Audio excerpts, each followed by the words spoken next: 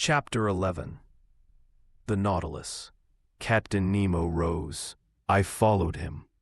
A double door arranged at the back of the room opened, and I entered a room of equal size to the one I had just left. It was a library of tall black rosewood furniture encrusted with copper. Supported on their wide shelf, a large number of books uniformly bound.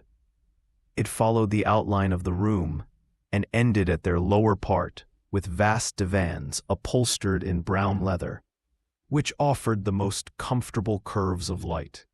Mobile lectern by moving apart or closer at will made it possible to place the book for reading.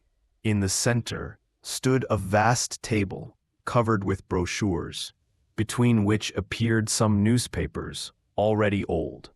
The electric light that did not flow all these harmoniously together, and fell from 4 frosted globes, half engaged in the volutes of the ceiling. I was looking with real admiration at this room so ingeniously arranged, and I couldn't believe my eyes. Captain Nemo Didya, my other who had just stretched out on a couch. Here is a library that would do honor to more than one palace of the continents, and I am truly amazed when I dream that she can follow you to the deepest where would find there is more solitude. More silence, sir, the professor replied. Captain Nemo, does your office at the museum offer you such a complete rest? No, sir, and I must add that he is very poor next to yours. You own the 6,000 or 7,000 volumes, 12,000, Mr. Aronnax. These are the only ties that connect me to the earth. But the world ended for me on the day my Nautilus first plunged into the waters.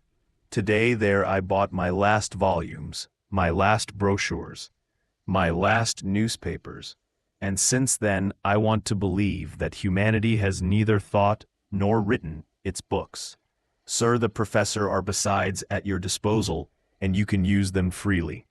I thanked Captain Nemo, and I was approaching the shelves of the library book of books. Science of morality and literature, written in any language, abounded. But I did not see a single work of political economy. It seemed to be severely proscribed from the edge of curious sizes. All these books were indistinctly classified into a few languages that it was written, and mixed together proved that the captain of the Nautilus must have read fluently the volumes that his hand took at random among these works. I noticed the heads of the ancient and modern masters. It is to say, all that humanity has produced, most beautiful in history. Poetry, novel, and science, from Homer to Victor Hugo, from Xenophanes to Michelet, from Rabelais to Madame Sangdi. But science more particularly paid for this library. The books of mechanics, of hydrography, ballistics, meteorology, geography, geology, etc. It held a place no less important than the works on natural history, and I understood that it formed the captain's main study. There I saw all the humble, all the Arago, the work of Henri de Foucauld St. Clair, from the city of Charles of Minewords, of 4 phages of timpani by Faraday de Berthelot, of the BCCI of Petermann, by Commander Maury de Agassiz, etc., the memoirs of the Academy of Sciences, the bulletins of the various geographical societies, etc., and in good order, the 2 volumes which had perhaps Cessiner's Daubigny, etc., and some admirable reductions of marble or bronze statues, according to the most beautiful models of antiquity, stood on their feet, rates in the angles of this magnificent museum. This state of astonishment that the commander of the Nautilus had predicted for me was beginning already to seize my mind.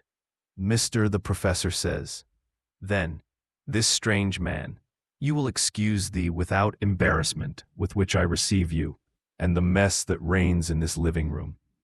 Sir, respond without seeking to know who you are, but it allows us to recognize in you an artist. As much as an amateur, sir. I used to love collecting these beautiful works created by the hand of man. I was a vacuum researcher, a tireless Führer. I was able to gather some high-priced objects. These are my last memories of this land that has died for me. In my eyes, your modern artists are already only old. They have 2,000 or 3,000 years of existence. I confuse them in my mind. The masters have no age, and these musicians say, by showing scores from Weber, by Rossini, Mozart, Beethoven, Teden better scores from Auber by Guido and many others, and leave on a large model organ piano that occupied one of the panels of the living room. These musicians replied to me, the Captain Nemo. These are contemporaries of Orphée, because the chronological differences disappear in the memory of the dead. And I am dead, sir, the professor, as well as those of your friends who lie 6 feet underground. Captain Nemo kills himself and seems to have lost in a deep reverie. I was looking at him with keen emotion, analyzing in silence the strange tea of his facial features on the corner of a mosaic table. He no longer saw me. He forgot my presence. The music disappeared. Around this basin, under elegant display cases, fixed by copper frames, were classified and dictated the most precious seafood products that have ever been delivered to the gaze of a naturalist. One can imagine my joy as a professor. The shade of white waters offered very curious specimens of these 2 groups of polyps and echinoids in the first group of Gorgonian tuboports, arranged in a fan shape from the soft sponges of Syria to the Isis of the Moluccas of the Penitules, a commahair admirable of the seas of Norway, various ombellular shades of the islanders, a whole series of these madrosor that my master Mill does not owe 6 annoyances, classified in section, and among which I noticed adorable Flabellines from the oculimes of Bourbon Island, the chariot of Neptune from the Antilles, superb varieties of finally all the species of these curious polyps, whose assembly forms entire islands, which will one day become continents in the echinoderms, remarkable for their spiny envelope, the asteroids, the starfish, the pentacrines, the constellations, the astrophes, the sea urchins, the solithurians, etc., represented the complete collection of individuals of this group. A conchiliologist can nervous it would not be, but certainly in front of other more numerous showcases where the samples from the branch of mollusks were classified, I saw there a collection of inestimable value, and that time would fail me to describe entirely. Among these products I will mention only for memory the royal hammer elephant of the Indian Ocean, whose regular white spots suspended on the wall of this instrument show whose destination is unknown. Then I know, Mr. Scam, replied Captain Nemo.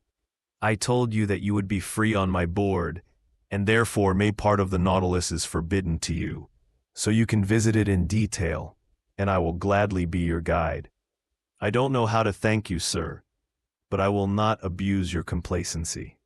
I will only ask you for what purpose these physics instruments are intended. Professor, these same instruments are in my room, and it is there that I will have the pleasure of explaining their use to you. But first, come visit the cabin that is reserved for you. You need to know, and how you will be installed on board the Nautilus. I saw Captain Nemo, who through one of the doors, pierced at each cut-off corner of the saloon, trusted me enter the ship's gangways. He led me forward, and there I found not a cabin, but an elegant room with a toilet, bed, and various other furniture. I can only thank my host. Your room is adjacent to mine. Tells me He by opening a door and mine gives onto the living room we just left. I entered the captain's room. It had a severe, almost cenobitic appearance. An iron bunk, a work table, some toilet furniture, all lit up by half a day. Nothing comfortable. The strictly necessary only. Captain Nemo showed me a seat. "Please sit down, say to me, he." I sat down, and he spoke in these terms.